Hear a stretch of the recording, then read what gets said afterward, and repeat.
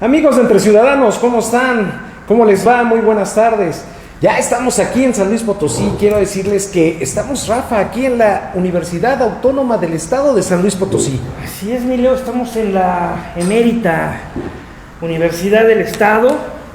Y bueno, estamos aquí listos también para tener una entrevista bien importante, mi Leo. No hubo un episodio reciente con la Comisión Estatal de los Derechos Humanos, pero aquí el licenciado Francisco Parra Barbosa, maestro, he de decirles, y bueno, maestro por la Universidad de Alcalá, de una universidad de España, ¿no? Algo así. A ver, platícanos, Francisco. Bueno, yo soy egresado, soy abogado, egresado de esta Facultad de Derecho de la Universidad Autónoma de San Luis Potosí, de esta universidad, con la inquietud siempre por conocer un poco más. Me inscribí a la maestría en Derecho e Investigación de esta misma universidad. Y después, pues, digo yo siempre como jugando, busqué otra alternativa ahí en internet y se dio la posibilidad de una beca a un doctorado en la Universidad de Pablo de Olavide, en Sevilla, en España, precisamente hace ya 14 años esto, ¿no? Entonces, pues, cursamos el doctorado en estudios de género y derechos humanos. Oye, Francisco, yo sé por muy buena fuente que aquí tú eres una persona que eres clave en esta universidad, porque has venido luchando por lo que son los derechos universitarios, precisamente en estas cuestiones de los derechos humanos. Amigos de Entre Ciudadanos, les comento que aquí el licenciado Francisco Parra Barbosa también se desempeña, además de estar aquí en la universidad, él tiene un puesto en la Comisión Estatal de los Derechos Humanos. Ya tiene más de 15 años, ¿no?, en la comisión. De hecho, el pasado 8 de enero de este año cumplí 20 años de estar trabajando en la Comisión Estatal de Derechos Humanos de San Luis Potosí. Bueno, pues yo inicié allí haciendo servicio social, después se dio la posibilidad en el año 98 de hacer prácticas profesionales e incorporarme laboralmente. Yo ahí concluí mi carrera, mi título, y alternativamente estoy en el área de capacitación.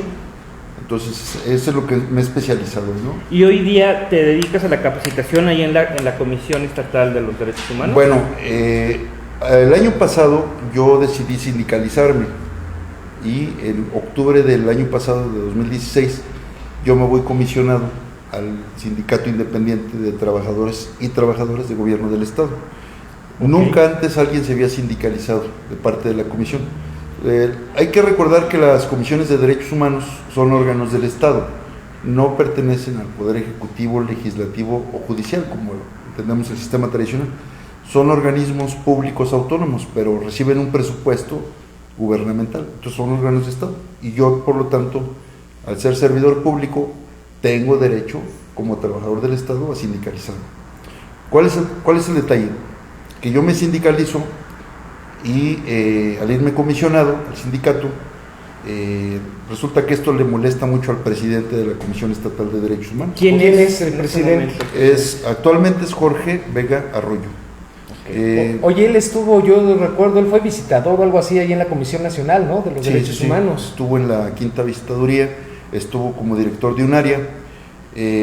Durante más de 20 años él no ha vivido en San Luis Potosí. Es una persona, digamos, alejada de la problemática social, pero bueno, pues tú sabes que en la política a veces vale más el compadrazgo y el amiguismo. ¿Y él hace cuánto llega a esta comisión estatal? A él lo imponen en el año 2013. ¿Quién lo impone? El anterior secretario de gobierno, ¿no?, que era muy cercano, pues, a él. O sea, Jorge Vega era muy cercano a este personaje. Él ahora es diputado federal, todo el mundo lo sabe, es Cándido Ochoa, ¿no? Cándido Ochoa, sí, diputado federal por el estado de San Luis.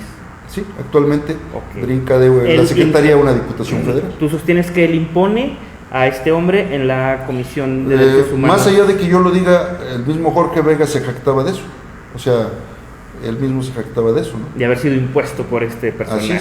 Así es. ¿Eso hace cuánto fue? Bueno, en el año 2013 se abre la convocatoria, como cada 4 años. El cargo de presidente es por 4 años. Entonces, Jorge Vega ya había sido candidato en el año 2009, no logró quedar, porque en ese tiempo, pues, favorablemente no había inclinación hacia él, ¿no? Pero en 2013, pues, se da la situación, se da el contexto, y logra llegar a la Comisión de Derechos Humanos. Yo en el año 2011 fui despedido por el anterior presidente, José Ángel Morán Portales. Yo demando a la comisión y logro ganarles y logro mi reinstalación. ¿Qué argumenta este hombre para despedirte? Nada, no, simplemente un día llego y ya no me permitieron la entrada a la comisión. Sí. Tuviste que haber llevado obviamente un juicio. Claro, demandé laboralmente a la comisión. Imagínate, qué grave, ¿no? O sea, demandar a la Comisión Estatal de Derechos Humanos porque te viola tus derechos humanos como trabajador, ¿no? Y ganas esta demanda. Les gané, sí. Les gano, logro la reinstalación. Actualmente todavía seguimos peleando los salarios caídos de 4 años. ¿Todavía no te pagan salarios caídos? No, porque Jorge Vega, cuando yo soy reinstalado, lo primero que me dice es, yo no te voy a pagar ni un peso. Y entonces lo que hace es interponer incidentes. Claro, oye, pero estás diciendo que esa ya fue la orden de un juez, ¿no? Claro. Ya fue una sentencia. Bueno, hay una sentencia, pero él tiene la posibilidad legal de alargar el juicio. Entonces, con tal de no pagarme, ¿no? Amigos de Entre Ciudadanos, no puede ser esto. La Comisión de Derechos Humanos, Rafa. Derechos Humanos, Milo, los que se supone que deberían de ser los garantes de los derechos humanos de la población, violentan los derechos de sus propios trabajadores. ¿Qué podemos esperar nosotros? No puede ser eso. Sí, es que es algo irónico que en la propia comisión a ti te violenten como trabajador tus derechos. Y sí, efectivamente, entonces, ¿qué se puede esperar al resto de la población? Pero aquí lo importante es que independientemente de que los presidentes de derechos humanos sean personas que llegan a aprender a las comisiones, porque no son expertos, llegan a aprender. ¿Dónde he escuchado eso? Alguien le acaba de llegar y dice, ¿no? Los funcionarios públicos de este país, eso no se da, mi Leo. Híjole. Pura gente muy versada, muchachos muy listos. Sí, sobre todo. Mira, yo como trabajador, efectivamente, lo que he hecho es poner en práctica lo que yo he ido a dar a conocer en las capacitaciones, ¿no? Porque en las capacitaciones tú vas y le dices a la gente, tienen derechos humanos, derecho a la vida, a la libertad, a la igualdad, a la seguridad. Pero ya cuando a ti como trabajador te tocan estos derechos, pues entonces hay que ejercerlos, hay que exigirlos. Pero fíjate, estás diciendo algo muy importante, Francisco. Hay una reforma constitucional. Si tú recuerdas anteriormente, la Constitución decía y hablaba de las garantías individuales que la Constitución otorgaba. Hoy por hoy hay una reforma hace 4 o 5 años, si no mal recuerdo, que ya habla de los derechos humanos que son universales. Sí, pero además te los reconoce. O sea, ya no te otorga nada la Constitución. Te los da, te los reconoce. Claro, pero es algo con lo que naces. Los derechos humanos es algo con lo que naces. Exacto. ¿No? Entonces, imagínate, tú estás llevando esta capacitación y que se vea, dicen que en la casa del herrero... ¿Hasta dónde palo? ¿No? Y sí. Oye, a ver, y además tú traes una especialización, un posgrado de una universidad española, también en derechos humanos. Bueno, mira, yo siempre me he interesado en el tema de derechos. Yo estoy metido en esto desde la secundaria. ¿Por qué? Por una inquietud personal. En la secundaria pues fui consejero estudiantil, en la prepa igual, y siempre en las comisiones de honor y justicia.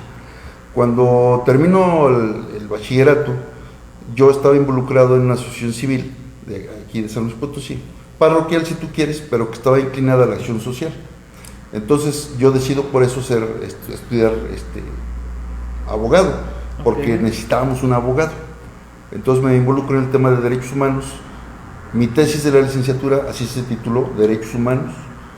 La maestría que cursé, la tesina que hice fue La dignidad humana como fundamento jurídico de los derechos humanos. Entonces, siempre he estado encaminado en esto, ¿no? Claro. Y el doctorado, pues, tuvo que ver con eso, derechos humanos de las mujeres, la tesis era género y desarrollo. Entonces, yo me especialicé siempre para que desde la función pública pudiese brindar un mejor servicio. O sea, ese era mi objetivo. Claro, ¿sí? Pero lo que me encontré en la comisión es que a los titulares a veces no les gusta que los propios trabajadores se preparen, ¿no? Que sepan más allá de... que ejerzan sus derechos, ¿no? Sobre todo. Eso que ejerzan sus derechos. Y entonces, pues bueno, a mí cuando me despiden, creo que hasta me hicieron un favor, porque me dieron la posibilidad de darme cuenta de que la comisión era un espacio, pero no era el único. Entonces yo abro las salas, me voy a la Universidad del Valle de México, ahí nos conocimos, Leonardo, y allí pudimos desde la coordinación de posgrado llevar a cabo diversos foros, ¿no te acuerdas? Seminarios. Exacto, sí, lo recuerdo. Cursos de derechos humanos. Para mí fue muy gratificante. Eso fue en 2012. A finales de 2012, a mí me invita el maestro Víctor Arreguín, que es el director de fortalecimiento humano de esta Universidad Autónoma de San Luis Potosí, a petición del rector para crear la oficina del Ombudsman Universitario. Entonces, o sea, yo siempre he andado involucrado en este tema, ¿no? Okay. Y me vine ¿Qué para hace acá. propiamente un ombudsman universitario? Bueno, el Ombudsman Universitario en México surge en 1984, en la UNAM, precisamente. Okay. El primer ombudsman fue Barrera Graff, el doctor Barrera Graff. Entonces ya la institución ya cumplió más de 30 años, ¿no? Se ha extendido a otras universidades, a la Universidad del Estado de México, al ITESO, a la Universidad Iberoamericana, o sea, no solo en el ámbito público, sino también en el ámbito privado. ¿Qué es un defensor universitario? Es una persona que defiende los derechos humanos dentro de la universidad, porque todas las universidades tienen su mecanismo, ¿no?, interno, su reglamentación, sus estatutos, sus reglamentos, pero en ocasiones puede haber violaciones a los derechos de los alumnos, de los docentes o del personal administrativo. Te pongo un ejemplo: si un maestro agarra de ojeriza a un alumno y lo reprueba nomás porque le cae mal, ¿cómo le hace el alumno para defenderse? Es un medio de defensa, digamos. Entonces ¿no? necesita un defensor de sus derechos. Una persona, una mujer en la universidad, alumna o maestra, que es acosada, que es hostigada sexualmente, ¿cómo le hace para defenderse? Si nada más le queda el ámbito externo, o sea, ir a la Procuraduría local o federal. Bueno, ella acude a la Procuraduría local y en cualquier momento meten a la cárcel a quien sea, con que solo ella lo diga. Claro. Es un tema que ahorita vamos a tocar, Pero el problema del género. acá, en el tema de la propia universidad, sí necesitamos un defensor universitario. Entonces, lo que hace el defensor es precisamente defender a las víctimas de estos abusos y plantear reformas a las leyes de la propia universidad y buscar mecanismos de capacitación también en derechos humanos dentro de la propia universidad. Entonces, es un trabajo. Y claro, mira, yo veo aquí un área de oportunidad muy interesante, ¿no? Imagínate, además de estarte preparando académicamente, tocar esto, ¿no? Que yo creo que muchos de la gente que salen preparados, que acabamos una carrera, eso, necesitamos también tener estos elementos que a veces desconocemos, Claro, ¿no? ¿no? Y además digo, lo fundamental que resulta hoy en día en este país, la defensa de los derechos humanos, ¿no? Que diario podemos ver cómo son violentados por el mismo gobierno. Y en todo el país. En todo el país, ¿no? Y bueno, aquí tenemos un ejemplo muy claro con la Comisión Estatal de San Luis Potosí, ¿no?, de los derechos humanos, violentando un derecho inalienable, que es el derecho a sindicalizarte como trabajador, ¿no? La libertad de asociación. La libertad de asociación. Bueno, de hecho, actualmente, nuevamente demandé a la comisión, imagínate, es la segunda vez que demando a la comisión. Vuelves a demandar a la Lo comisión. volví a demandar a Jorge Vega como titular de la Comisión Estatal de Derechos Humanos. Actualmente tenemos desde el 23 de diciembre un plantón en Plaza de Armas, o sea, a las puertas del Palacio de Gobierno hay un plantón, precisamente para exigirle al presidente de Derechos Humanos, primero, que reconozca mi derecho a sindicalizarme, y segundo, que me pague, porque tengo 4 meses sin cobrar mi sueldo. O sea, Sin cobrar tu sueldo y aparte todavía no le pueden pagar.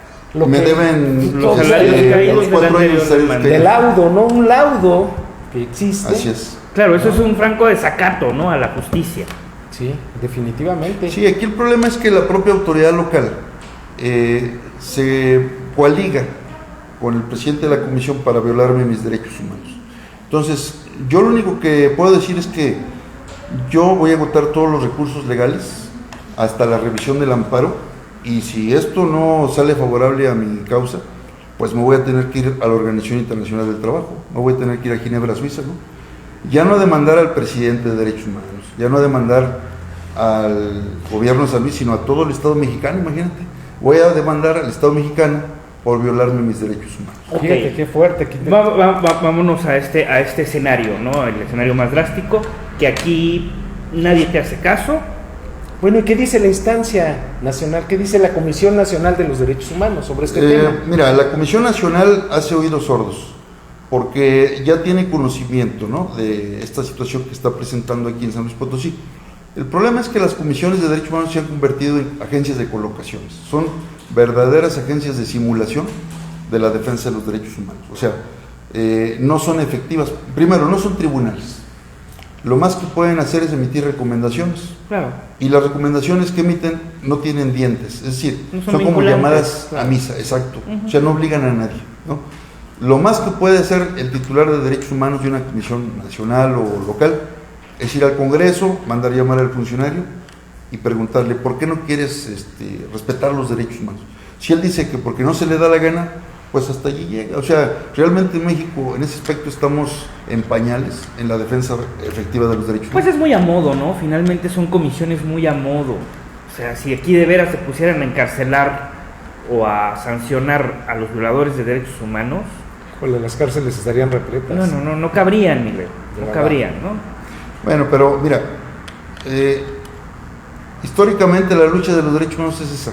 O sea, enfrentarse al abuso del poder. Porque ¿quién viola derechos humanos? En un sentido amplio todas las personas, pero en un sentido estricto es el Estado. Entonces imagínate, yo hablo de mi caso personal porque es lo que estoy viendo en carne propia. Yo, trabajador de la Comisión de Derechos Humanos, que no recibo las 19 prestaciones que recibe cualquier servidor público de gobierno del Estado, exijo, por ejemplo, fíjate lo que exijo, que me den los mismos días de descanso que el resto de los servidores públicos, que me paguen la misma cantidad de aguinaldo que los demás. A mí me pagan, por ejemplo, menos de la mitad de lo que les dan al resto de los servidores públicos. A los servidores públicos del gobierno del Estado les dan 120 días de aguinaldo. 120 días. A mí me dan 50, caray. 50 ya días sabes, me leo. y me quitan 20. O sea, efectivamente a mí me pagan nada más 30 días de aguinaldo. O sea, gano menos que un obrero de la zona industrial, por ejemplo, comparativamente en Claro. salario, ¿no? A pesar de que la preparación y la experiencia no sea Es eso. mucho mayor a muchos de los legisladores que están, que están en el Congreso local, te lo aseguro. Pero bueno, yo sé que aquí los gobernantes se sirven con la cuchara grande, no nada más en San Luis Potosí, en todo el país. Miguel. Así es. Entonces, eso es lo que estamos exigiendo, Ok, el pago justo. ¿No? pero vamos, te mencionaba, vámonos a este escenario en el que tú no te hacen caso, que es lo más probable, desgraciadamente, por como sabemos que funciona la justicia Pues en es que este está- país. Pero bueno, tú llegas a Ginebra, Suiza, y demandas al Estado mexicano por violentar tus derechos humanos. ¿Qué sigue?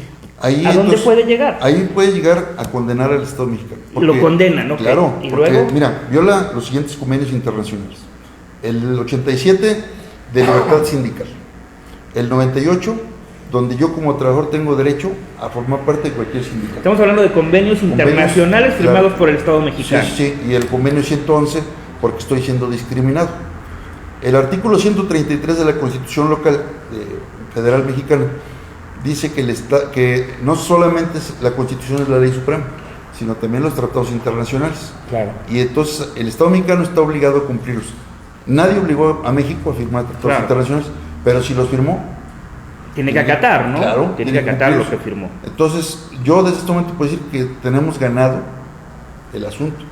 A nivel Claro, pero internacional, el punto ganar, ¿qué es pero lo que ¿qué puede sigue? hacer ¿Qué este pasa? tribunal de Ginebra, Suiza? condenar al Estado mexicano a que me reinstale, a que me pague y además a que sancione a los funcionarios públicos, todos los que ¿Y hayan esto sí participado. es vinculante? ¿Hay alguna manera de Aquí presionar sí. o podemos No. o pueden? Aquí ya no hay posibilidad de que digan, déjame ver qué más puedo hacer.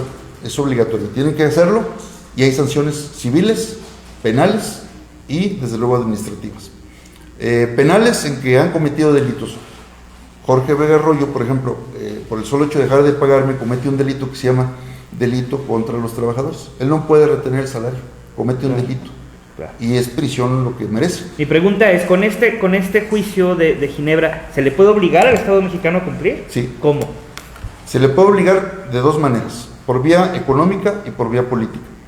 Mira, por vía económica es que me tienen que pagar a mí lo que me deben. Una, tienen que pagar las multas y las sanciones los funcionarios que hayan incumplido toda Sí, la el normativa. punto es quién los obliga y cómo. Ah, bueno, ahí viene la sanción política. Si el Estado mexicano no cumple lo que la OIT le diga, México puede ser expulsado del seno de la OIT y de la ONU y le pueden cobrar los adeudos crediticios que hay en Fondo Monetario Internacional y en Banco Interamericano. Hasta ahí puede hasta llegar. ahí puede. Claro, llegar. claro, y no, ya ha pasado, mira, ya ha pasado. Te pongo el caso de Jorge Castañeda, ¿no? Jorge Castañeda quería ser candidato a la presidencia de la República en el año 2006, pero la Constitución decía que tú solamente podías ser candidato si eras parte de un partido político o un partido de postulado. Pero él dijo, no, yo soy independiente. El IFE le negó el registro, se fue a la Suprema Corte, le negó el registro. Se fue, en este caso, a una instancia internacional que fue la Comisión Interamericana de Derechos Humanos. La comisión le da la razón a Jorge Castañeda, le dice a México, inscríbelo. México se niega, se va a la Corte Interamericana de Derechos Humanos y en la Corte Jorge Castañeda les gana. Y entonces viene la sentencia de la Corte donde dice, se condena al Estado mexicano a modificar su Constitución, que fue lo que pasó, por eso existen las candidaturas ciudadanas hoy día. O sea, se modificó la Constitución, imagínate. Y segundo, condenó al Estado mexicano a pagar, me parece que fueron $2.5 millones, si no recuerdo mal el dato. O sea, sí hay efectos, ¿no? Sí hay efectos. Claro, qué importante, Ok. ¿no? Y Qué es bueno importante conocer, esto qué que bueno puede que los llegar. amigos de Entre Ciudadanos sepan esto. Claro, qué bueno que nosotros lo sepamos. Claro, Yo no lo no, sabía. Esto yo no lo y sabía. es que mira, Y es hasta el año del 98, México era uno de los pocos países que había firmado casi todos los tratados internacionales, pero tenía reservas en cuanto a someterse a la jurisdicción de tribunales internacionales. O sea, la última palabra en nuestro país lo tenía la Suprema Corte o un amparo en revisión, ¿no? Agotabas tus 3 instancias y todavía había un poquito más que era la revisión del amparo. Hoy día no. Hoy día tú agotas las instancias internas y si pierdes te vas a un tribunal internacional a demandar al Estado mexicano, a la ONU, al Tribunal de Justicia de la Haya, a la Comisión Interamericana de Derechos Humanos o a la OIT. O sea, tenemos esas instancias, ¿no? Y el Estado mexicano tiene que entrar, porque si no se quema a nivel internacional. Y si tú no recibes respuesta a nivel nacional, vas a acudir a estas instancias. Lo voy a hacer. Si es necesario, sí. Sí. Ok. Oye, Francisco, tú aparte de estas actividades, ¿apoyas en algún órgano, aparte de la capacitación, los cursos o algo? No sé, porque Bueno, a lo mejor alguien aquí de los amigos de San Luis Potosí que quisiera saber de recursos humanos puede hablar contigo, mira, ¿dónde te puede contactar? Sí. Hasta ahora te digo, el ámbito donde he movido son los derechos humanos, pero no solo dentro de la Comisión Estatal de Derechos Humanos. Yo te digo que en 2011 fui despedido, demandé, a mí me registraron hasta el 2014, pero en ese inter pues yo me involucro en la propia universidad, ¿no? Actualmente yo desde 2013 estoy aquí en el Observatorio Universitario de Equidad y Género. Entro en el proyecto de Defensoría de Derechos Universitarios, el cual ya fue aprobado por el Consejo Universitario, Directivo Universitario. Ya hay un ombudsman y ahorita actualmente desde este Observatorio Universitario de Equidad y Género estamos trabajando en la preparación de un reglamento. Bueno, se va a llamar protocolo, no le quieren llamar reglamento, porque parece que hay mucho miedo a esas palabras jurídicas.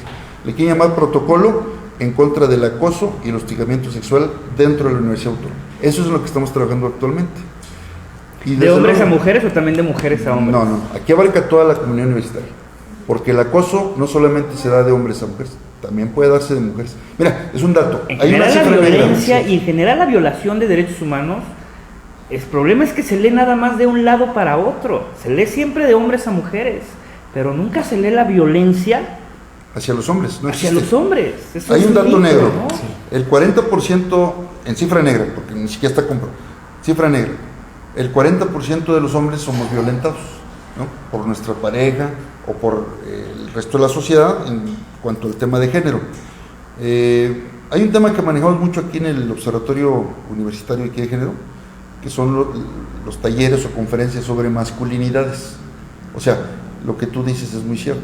El tema de género no es referente solamente a derechos de las mujeres, sino también los derechos que tenemos los hombres en la relación con otros hombres y con las mujeres. Y a no ser violentados. Claro. Porque también, así como se ejerce mucha violencia contra las mujeres en este país, sí es cierto, también se ejerce mucha violencia contra los hombres. Y también hay mujeres violentas. Bueno, Definitivo. así ¿Quién cree como que hay, no? Perdón, pero... así como hay machismo, hay hembrismo. O sea, tenemos esas dos vertientes distorsionadas de la relación entre hombres y entre mujeres. Y hoy en día se empieza a volver un verdadero problema cuando basta que una mujer te acuse de una mirada lasciva para que te vayas al bote, ¿eh? Y a lo mejor ni siquiera era cierto.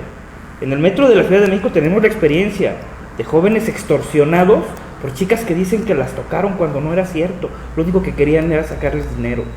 Yo creo que estamos en esa etapa de construcción de cómo debemos acreditar la violencia de género. Donde en el transporte público hay espacios especiales para mujeres, pero las mujeres se pueden subir a donde quieran. Si se quieren subir al espacio de hombres, se suben al de hombres. Si se quieren subir a su espacio determinado, se suben al espacio Pero bueno, determinado. Rafa, pero tú como pero no hombre, hay un espacio no te determinado para atrevas hombres. a subirte a un vagón confinado para mujeres, porque bueno, hasta golpes te bajan, ¿eh? Ah, no, Y sí. yo lo he visto, perdón. No, de Mujeres violentas, abusivas, ¿no? Y bueno, no te vayas a parar a un juzgado de lo familiar, ¿verdad? Donde por el hecho de ser hombre eres peor que un perro, de Bueno, entrada. allí Y tenemos... más si es una juez. No, si es una juez estás jodido, perdón. Bueno, yo creo que ahí lo que debemos buscar es la igualdad de los dos lados. De hecho, la Suprema Corte de Justicia de la Nación ha pues echado a andar un protocolo, así se denomina protocolo, para juzgar con perspectiva de género. Es lamentable, ¿no?, que se caiga de los dos lados, extremos, a los ¿no? extremos. Yo creo que esa es la misión del Observatorio Universitario y Género, impulsar desde las políticas públicas, desde la capacitación de la educación. Primero, entender que hombres y mujeres tenemos los mismos derechos. Lo marca la Constitución, Claro. pero a la hora de la práctica, como bien se señala, tenemos los dos extremos, y los dos son malísimos y nefastos. Pero tiene que ver con ese machismo del que yo hablaba, ¿no? Por ejemplo, ¿por qué los hombres violentados no denuncian? Volvemos a la trampa, porque se ha dicho, es que los hombres no lloran, los hombres tienen que aguantarse. Te voy a dar un dato que cuando yo lo conocí me dio escalofrío. ¿Cuál es la primera causa de mortalidad en el país para hombres y para mujeres? Ahí te va. La primera causa de mortalidad para mujeres es el cáncer de mama y el cáncer cervicuterino, porque la mujer no va al médico, no se atiende, está esperando que el marido la lleve, o por lo mismo que siempre dice, es que la mujer debe ser abnegada, sumisa. Claro, no importa que le duela, se aguanta, Sí, ¿no? sí, sí. Vamos a los hombres. Primer causa de mortalidad, los accidentes. Primer lugar, accidentes, y segundo lugar, ataques al corazón. ¿Qué tiene que ver esto con el machismo y todo esto? Todo. Los hombres supuestamente sus sentimientos, a ver, ¿no? Las pero, emociones. pero los accidentes, Leonardo, a ver, el hombre que anda en la construcción no se pone el casco, porque piensa que si le cae un ladrillo, pues le va a rebotar. Claro, es muy macho él, ¿no? Sí. No pasa nada. Le sube a la velocidad del coche a 200 por hora, total, si choca, pues el coche va a hacerse cachitos, pero Trae él va a bolsa de salir, aire y él es todo Superman, eso. no va a salir ileso. Claro, No es sí. cierto. Lo que tú dices, ataques al corazón. Los hombres todos nos aguantamos. Mira, no demostramos emociones, no lloramos, no demostramos afecto. Llegas del trabajo donde el patrón te maltrató, te humilló y te aguantas porque pues de allí vives, tienes una familia, llegas a la casa, hay quejas de los niños, tu esposa dice que no hay lo suficiente para gastos, o sea, toda esa presión. Claro, unos te la niveles de guardas. estrés brutales, Exacto. ¿no? Entonces, el machismo nos causa tanto daño a los hombres como a las mujeres, ¿no? Entonces yo creo que es momento de replantear esta igualdad diciendo, bueno, ¿la igualdad en qué sentido? No nada más de que las mujeres ahora sean igual que los hombres, no se trata de eso. Mira, hace poquito fui a la Facultad de Ingeniería y el maestro Cermeño, que fue el que nos invitó, lo primero que me dijo fue, cuando llegué a la conferencia, hágame a favor de entregar estos folletos de promoción para los alumnos, para que no haya adicción en la escuela. Ya actualmente la Facultad de Ingeniería tiene 30% de mujeres inscritas, ¿no? ¿Cuál es el problema? Están estudiando igual que los hombres, sí, pero han adoptado actitudes de adicción al alcohol, por ejemplo. Entonces, esa es la igualdad. Claro, que en se lugar, tiene. en lugar de tomar lo bueno, Están de aprender tomando lo lo bueno, malo. han tomado lo malo, ¿no? Entonces, yo pongo como ejemplo esto, ¿no? Porque en el tema de la igualdad de género, vamos descubriendo cada día cosas nuevas. Sí, efectivamente puede haber esos extremos que aquí en San Luis, por lo menos no lo vemos en el tema del transporte público, pero sí lo vemos en el acoso callejero. Sin embargo, aquí la autoridad es totalmente contraria. Aquí no se protege tanto a las mujeres, más bien es a los victimarios. Mira, lo vemos ahorita.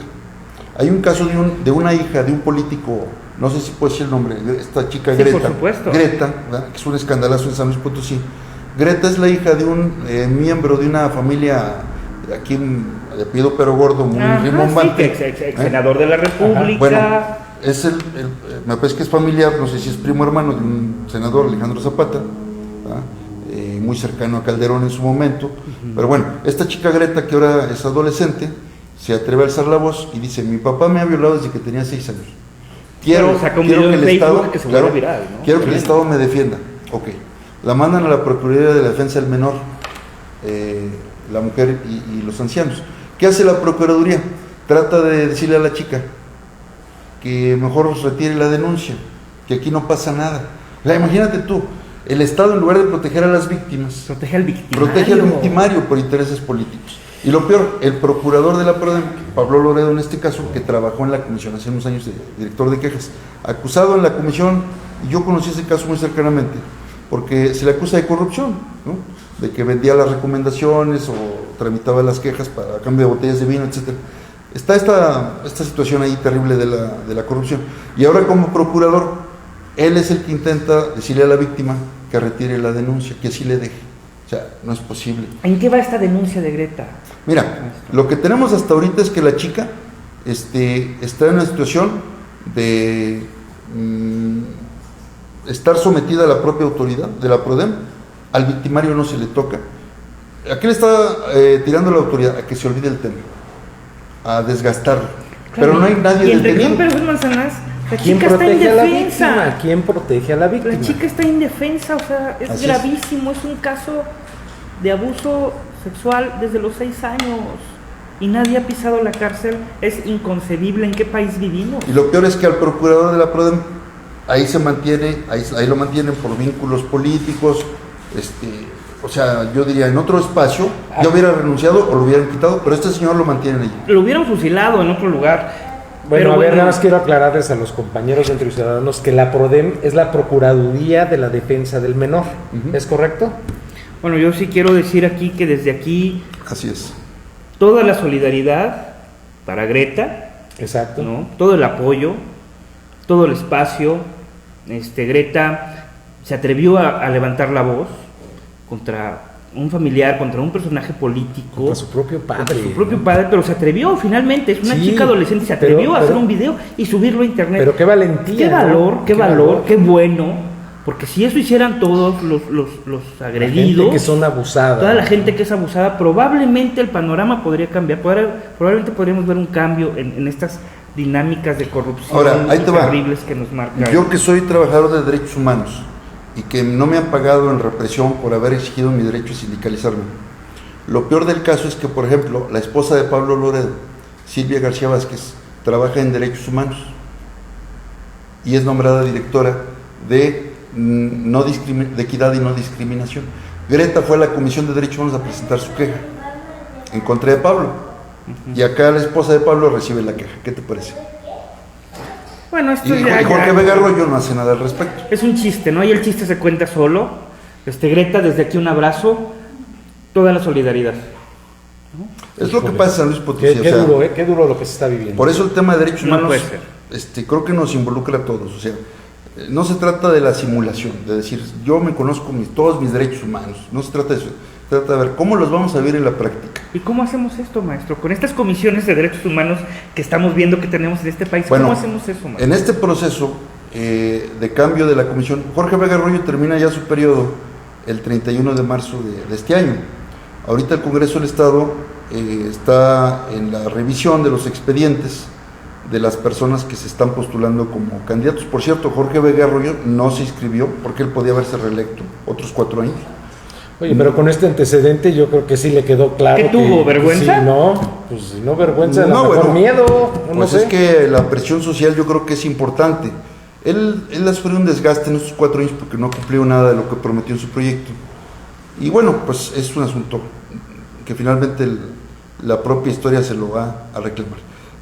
Yo creo que aquí la cuestión es, el Congreso del Estado tiene la posibilidad actualmente de elegir a una persona que de alguna manera venga pues a resolver esos pendientes, ¿no? Que están allí, esas ¿Y deudas. tú ves entre esos candidatos a alguien que realmente esté involucrado en este tema de los derechos Alguien humanos? que le importe, que no traiga los intereses políticos atrás, porque finalmente ¿quién escoge quién elige al nuevo Es comisionado? finalmente el gobernador del estado, o sea, no podemos ocultar aquí. El Congreso del Estado es solamente, digamos, el que da el visto bueno, ¿sí?, a una decisión que hizo el gobernador. Ok, y ahorita tú ves a alguien viable para llevar Mira, la hay- Comisión Estatal de los Derechos Hay Humanos. en 16 San Luis candidatos, hay 16 candidatos. Yo creo que entre de esos 16 solamente hay 2 personas que yo veo con un perfil que puedan proponer algo, porque los conozco ¿Qué son? personalmente. Mira, hay 2. Uno es Ignacio Acosta y la otra es Alma Nava. Son los 2 candidatos que yo veo viables. que están Que son personas serias, serias. pero que conocen el tema. Serias e interesadas, Mira, ¿no? no buscan un objetivo en lo personal, porque ellos 2, digamos, son personas muy fogueadas, muy experimentadas en temas de derechos humanos. No buscan un objetivo de riqueza personal, no buscan un beneficio personal, que eso es lo que desgraciadamente los otros presidentes han buscado, ¿no? Sueldos muy inflados de 100,000 pesos por mes. ¿Y tú ves que alguno de estos 2 candidatos que mencionas tenga la opción de llegar Yo creo que sí. a Sí, ojos sí. del gobernador? ¿Tú crees lo va a que el designar y gobernador Congreso y que que va a el dar el propio visto Congreso? bueno? Yo creo que sí. Sí. Son de los dos que yo veo que tienen posibilidades y que pueden tener beneplácito del gobernador. y que el Congreso está en posibilidades de elegir. Yo, en este caso, del resto de los candidatos, más bien hablaría lo contrario, porque hay gente ahí que no tiene nada que ver. Mira, hay un visitador también, un funcionario de la quinta visitaduría también de la Nacional, que intenta colarse al proceso. O sea, es gente muy cercana a Jorge Vega, que ya aprendieron el caminito, vienen a revistas de la Comisión Nacional, a San Luis Potosí, donde nunca han vivido, donde no conocen la problemática, y donde vienen a llenarse los bolsillos. Esa es la idea de ellos. O sea, piensan que la comisión es como una minita de oro. Como desgraciadamente muchos servidores públicos en este país, ¿no? Muchos Todas llegan las con esa idea, instituciones, en todas las instituciones, de llenarse los bolsillos. Sí, yo espero que no llegue ninguno de ellos, de los otros, porque no tienen ni la experiencia, ni el arraigo. Por ni el eso es que el conocimiento. Congreso tiene que analizar el currículum, hacer un estudio, un análisis, Claro. y son los que dictaminan. Esperemos que el Congreso de San Luis Potosí Esperemos que realmente el Congreso y vea el eso. gobierno del Estado también, ¿verdad? Tengan la sensibilidad para ponerse a pensar un poquito en los derechos humanos, de veras, de sus gobernados, ¿no? No, y en San Luis Potosí hay temas muy álgidos. Uno de ellos es el tema de los feminicidios, otro es el de los pueblos indígenas, otro es el de los derechos de los niños, como el caso de Greta, por ejemplo. O sea, hay muchos temas pendientes.